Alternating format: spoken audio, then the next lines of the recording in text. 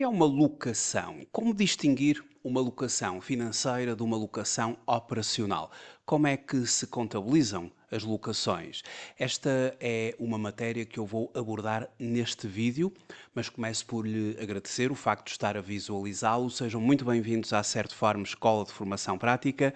Eu chamo Miguel Fragoso, sou economista e contabilista certificado e sou formador nas áreas da contabilidade, fiscalidade, finanças empresariais e gestão de negócios. Na Certform Escola de Formação Prática desenvolvemos um amplo conjunto de cursos, na forma e-learning, na forma live streaming, e para aceder ao calendário de formação, cursos que vão iniciar já nos próximos dias, temos em calendário de formação as datas dos cursos a iniciar ao longo das próximas semanas. Para contemplarmos os cursos e-learning e os cursos live streaming, no site da Certform, em cursos e-learning, vai aceder a todos os cursos que estão disponíveis na forma e-learning, ou seja, a partir da plataforma e-learning da Certform.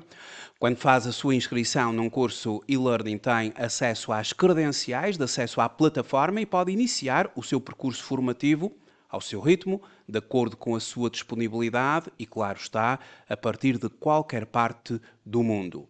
Os cursos live streaming, com data de início já marcada, todos os cursos ministrados na forma live streaming, e estes cursos são cursos que se caracterizam por sessões síncronas, sessões em tempo real. Quaisquer questões que nos queira colocar sobre os cursos que ministramos na Certform, poderá fazê-lo através do e-mail geral@certform.pt ou dos contactos que temos associados no site da Certform Escola de Formação Prática. Hoje trago uma matéria de contabilidade financeira. Como é que se contabilizam as locações? E, para além da sua contabilização, começamos por distinguir o que é que são locações e como se distinguem as locações financeiras das locações operacionais. Em termos do nosso sistema de normalização contabilística, é a norma contabilística e de relato financeiro número 9 que estabelece o regime das locações. O objetivo da norma 9 é o de prescrever para locatários, locadores, as políticas contabilísticas apropriadas a aplicar em relação a locações financeiras e a locações operacionais. A norma tem aqui um conjunto de definições e define uma locação como um acordo pelo qual o locador transmite ao locatário, em troca de um pagamento ou série de pagamentos, o direito de usar um ativo por um período de tempo acordado. Claro que nós temos na locação aqui fundamentalmente dois grandes intervenientes. O locador, normalmente a instituição financeira, que está efetivamente regulamentada nesta área de negócio, e o locatário, que é o arrendatário, a empresa que recorre a este sistema de financiamento. Locador seria o arrendador, a instituição financeira, nomeadamente, e o locatário, o arrendatário. A empresa, a entidade que efetivamente necessita desta forma de financiamento. Mas o que é uma locação financeira? A locação financeira é uma locação que transfere substancialmente todos os riscos e vantagens inerentes à posse de um ativo.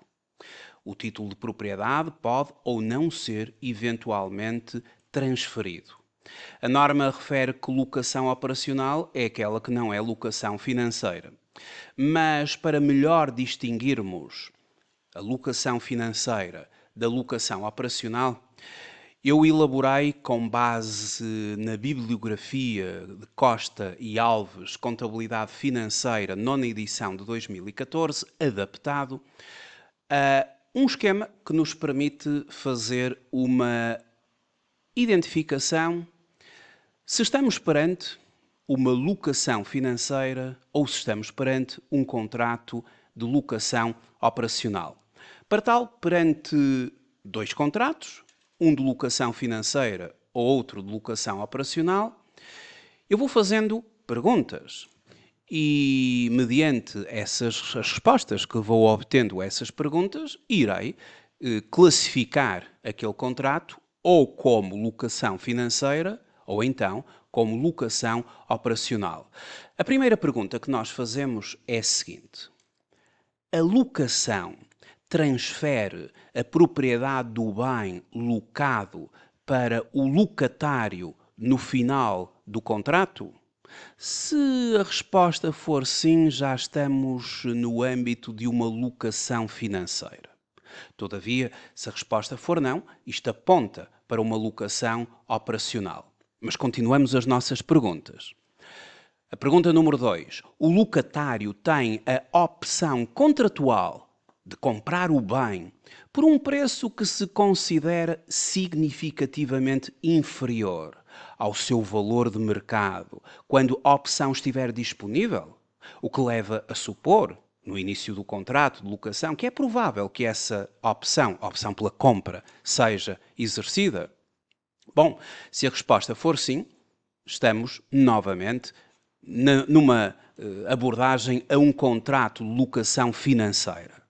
Caso a resposta seja não, estaremos a tender já para uma locação operacional. Mas continuamos as nossas perguntas. E a terceira é a seguinte: a duração do contrato abrange a maior parte da vida útil do bem locado? Ainda que o título de propriedade não seja transmitido, se efetivamente a duração do contrato abranger a maior parte da vida útil do bem locado, estamos perante um contrato que se aproxima em termos de duração daquilo que será o tempo de vida útil daquele equipamento ou daquele ativo na empresa. Isso vai ser uma abordagem típica da locação financeira, os contratos de maior duração. Para contratos de menor duração, de mais curta duração, teremos as locações operacionais, porque se a resposta for não, estamos no caminho da locação operacional. E a nossa quarta pergunta é a seguinte: no início da locação, no início do contrato, o valor presente, o valor atual dos pagamentos mínimos que o locatário deve realizar é igual ou maior ao justo valor do bem locado? Se a resposta for sim, é mais um indicativo de uma locação financeira. Se a resposta é não, estamos no caminho da locação operacional. E a última pergunta que vamos fazer é: os ativos locados têm um nível de especialização tal que apenas o locatário consegue usá-los sem a necessidade de fazer modificações significativas? Apontando como resposta sim, mais uma vez estaremos no caminho da locação financeira. Caso contrário, não. O caminho será a locação operacional. Mas atenção, bastará que respondamos a uma das questões de forma afirmativa para que estejamos perante uma locação financeira. Ao respondermos negativamente às várias questões, estaremos perante uma locação operacional. Bastará responder afirmativamente sim a uma delas. A locação transfere a propriedade do bem locado para o locatário no final do contrato.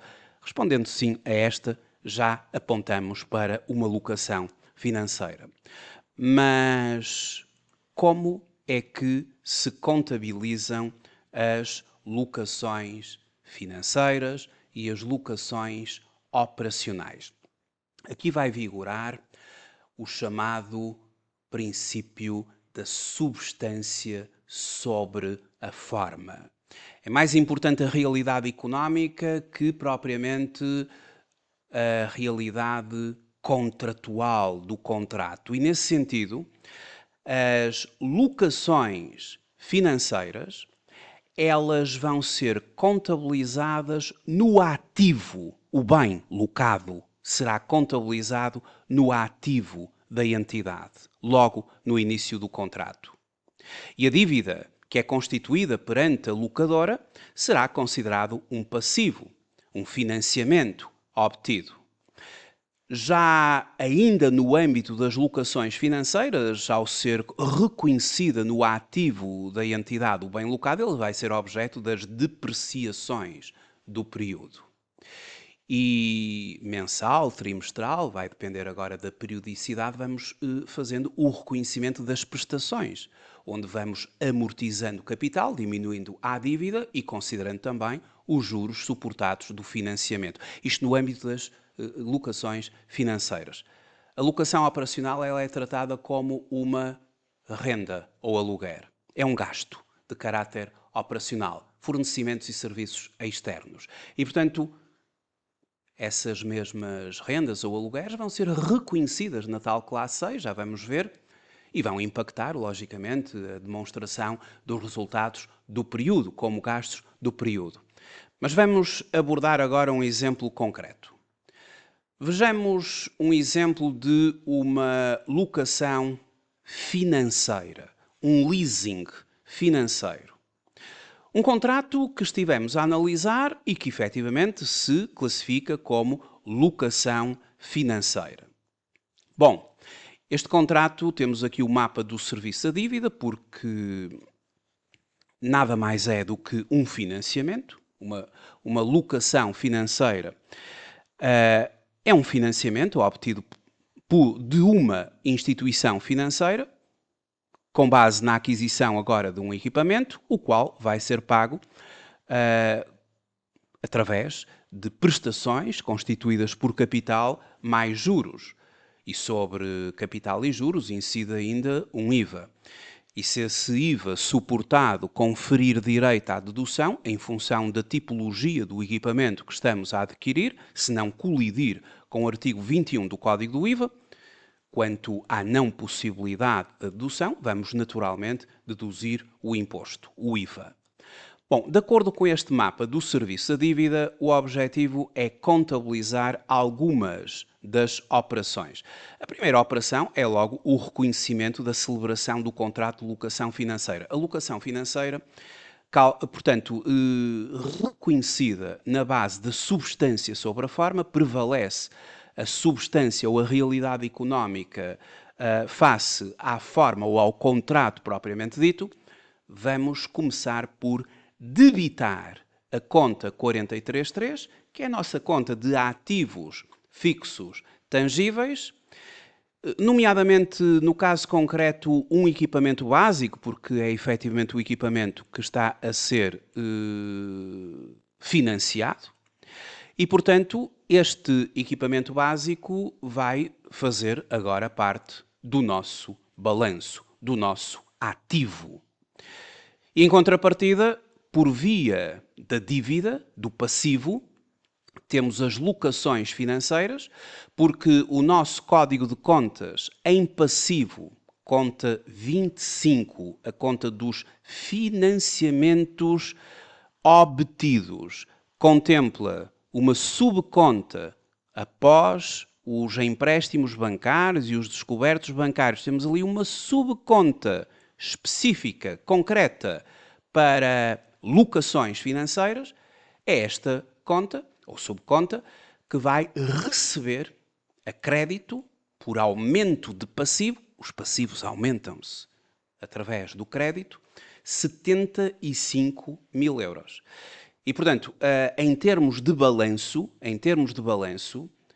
esta primeira contabilização do contrato vai logo à partida impactar o nosso ativo não corrente em ativos fixos tangíveis, que aumenta aqui de 75 mil euros, por contrapartida com a nossa dívida, o nosso passivo. E no âmbito do passivo é importante depois distinguir aquilo que é financiamento obtido em passivo não corrente, que nos vai ser exigível só daqui por mais do que 12 meses, e aquela componente de passivo de dívida corrente, cuja exigibilidade vai ocorrer ao longo dos próximos 12 meses à data do relato. É importante esta distinção, esta reclassificação, porque efetivamente é passivo, é dívida. Mas uma parte é-nos exigida já ao longo dos próximos 12 meses, vamos ter de pagar prestações, amortizar capital, ao longo dos próximos 12 meses isso será classificado como financiamentos obtidos no passivo corrente e depois aquilo que restará para um prazo de médio e longo prazo, ou seja, além dos próximos 12 meses, o passivo não corrente, financiamentos obtidos. Isto vai ter de ser sempre vai ter de ser reclassificado à data de cada relato, tudo o que é passivo não corrente, tudo o que é passivo corrente, para termos assim a informação da dívida de médio e longo prazo e da dívida a curto prazo que nos é exigível já no decurso dos próximos 12 meses. Bom, isto seria o reconhecimento inicial do contrato. Mas depois a empresa começa a pagar as prestações para diminuir a dívida. E como a dívida foi reconhecida na conta 2513, não é? Os tais financiamentos obtidos, locações financeiras, este crédito denota que atualmente a empresa tem um passivo de 75 mil euros, à medida que agora ocorrem as prestações, e temos aqui as N prestações entre capital mais juros e diminuição do montante em dívida, mais o IVA, claro, vamos reconhecer a amortização do capital, portanto, a componente do capital da prestação. Aqui usamos, por exemplo, esta prestação número 3, estamos a exemplificar o reconhecimento da prestação número 3, em que é amortizado capital de 5.527,84, acrescem juros de 1.901,12 e depois temos o IVA de 1.708,66 e, portanto, estas três componentes fazem parte do valor que vamos ter de pagar à locadora. A amortização de capital seguirá um débito na conta 2513, diminui a nossa dívida em 5.527,84. Os juros é um gasto do período, impacta a demonstração dos resultados, a conta 691, lembremos-nos do nosso código de contas, gastos do período, classe 6, e tudo o que tem a ver com a componente aqui do financiamento, gastos e perdas de financiamento. Temos aqui os gastos suportados, juros de financiamentos obtidos e outros juros. Portanto, a componente de juros será reconhecida em juros suportados. E aqui, tratando-se de um gasto, a respectiva conta vai ser debitada por 1901,12, não é? Como estava ali no serviço da dívida, o valor dos juros. Entretanto, sobre a operação, a empresa começa por suportar o IVA, porque nós vamos ter de pagar à locadora um valor global de 9.137,62, ou seja, amortização de capital, mais juros, mais IVA. Mas este IVA suportado é permitido deduzi-lo, porque não está excluído do direito à dedução.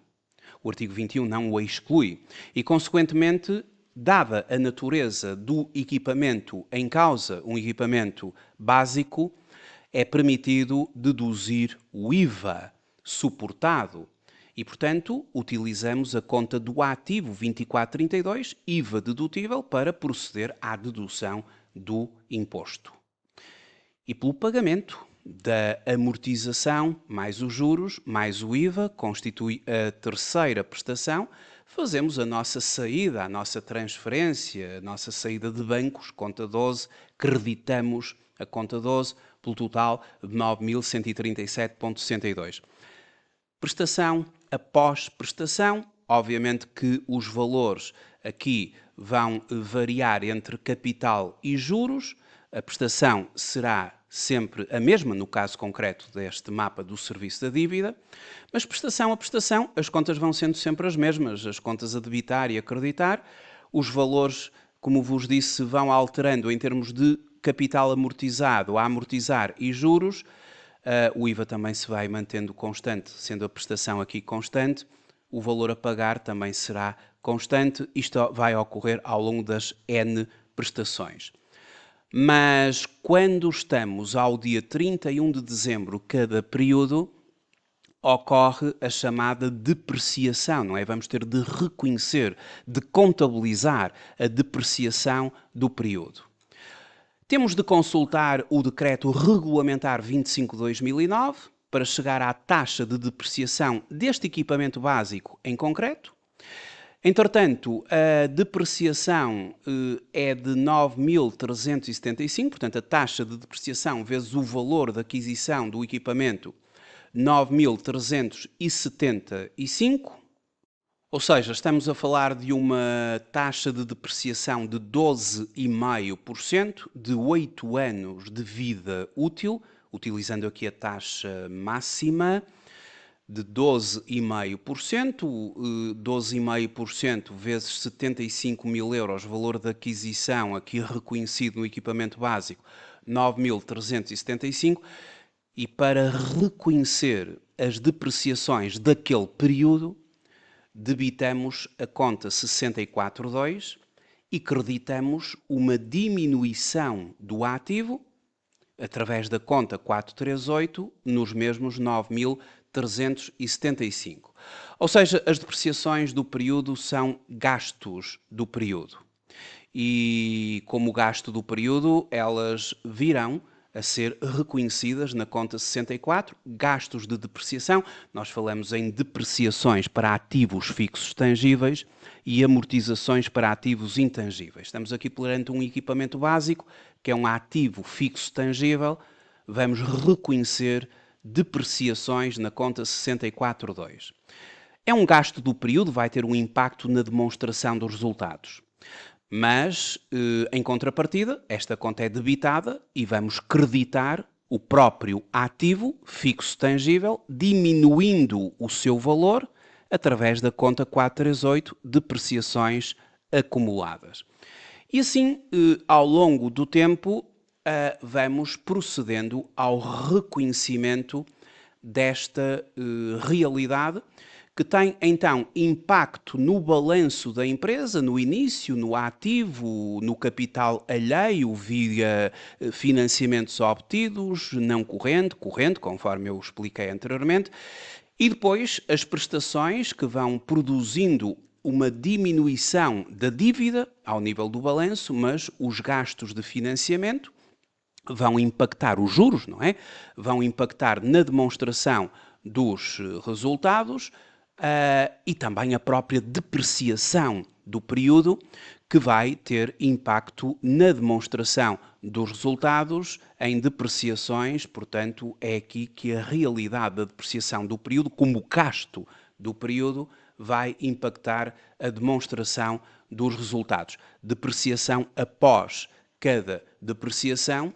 Também o próprio ativo fixo tangível, ao ser aqui escriturado pela quantia escriturada, que é o seu valor de aquisição menos as depreciações, período após período, vai obviamente diminuindo o seu valor no balanço.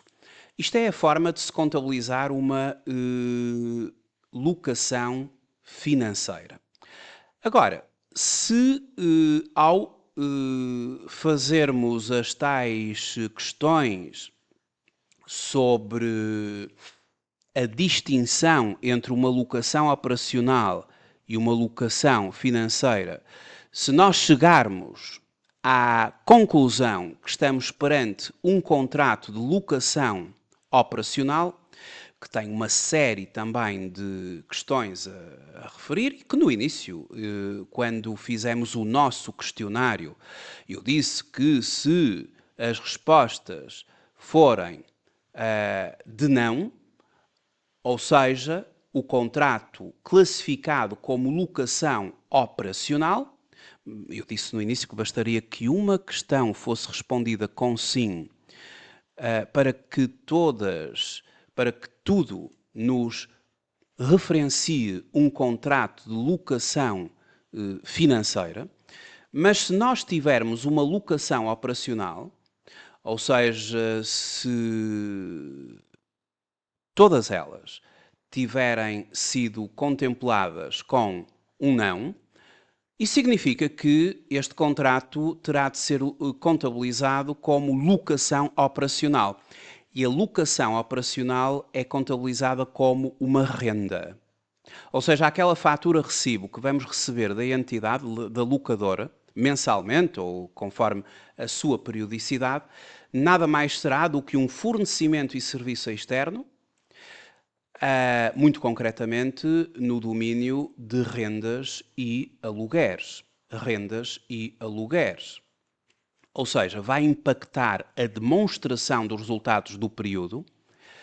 Na demonstração dos resultados do período, teremos rendas e alugueres como fornecimentos e serviços externos. Elas vão acumular naquele período, porque estamos aqui a falar da demonstração dos resultados, são os gastos do período em concreto, em fornecimentos e serviços externos, que por sua vez vão diminuindo os vários resultados contabilísticos da empresa, e depois vai haver um link, não é? Como nós sabemos, a demonstração dos resultados liga ao balanço, mas pela mera via do resultado líquido do período, diminuindo o respectivo capital próprio. Este é o impacto que a locação operacional vai ter, gasto do período. E, portanto, é bastante mais simples de contabilizar do que a comparação com a locação financeira. Muito obrigado por ter visualizado este vídeo. Até uma próxima oportunidade. Até breve.